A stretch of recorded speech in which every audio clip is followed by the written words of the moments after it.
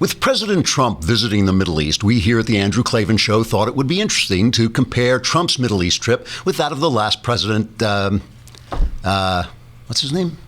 Obama. Right, sorry. It's hard to remember now that his legacy has been dumped like kitty litter into the deodorized trash bag of history. So where was I?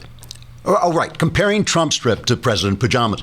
When President Osama traveled to the Middle East in June of 2009, he bowed so low to the rulers there, it looked as if he were engaging in some sort of submissive sexual act.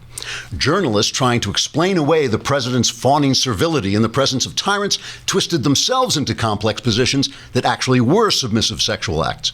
So the entire visit looked something like a daisy chain on a sadomasochistic porn site. Not that I've ever been on a sadomasochistic porn site, but I've heard about them.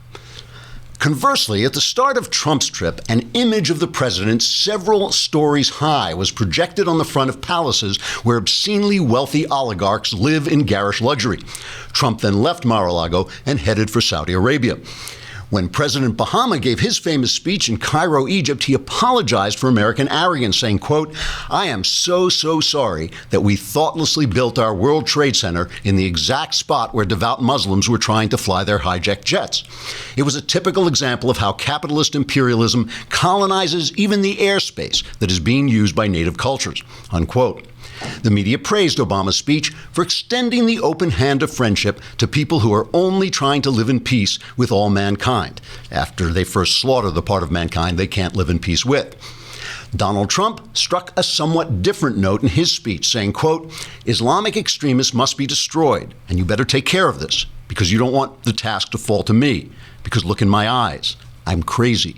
No, seriously, read the New York Times. I am completely out of my mind. And if you annoy me, I will kill each and every one of you and spread your radioactive ashes to the wind.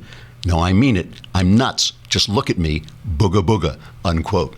The assembled Saudi leaders reacted by stampeding the exits, trampling each other underfoot in their desperation to escape the by now raving commander-in-chief of the world's largest nuclear arsenal.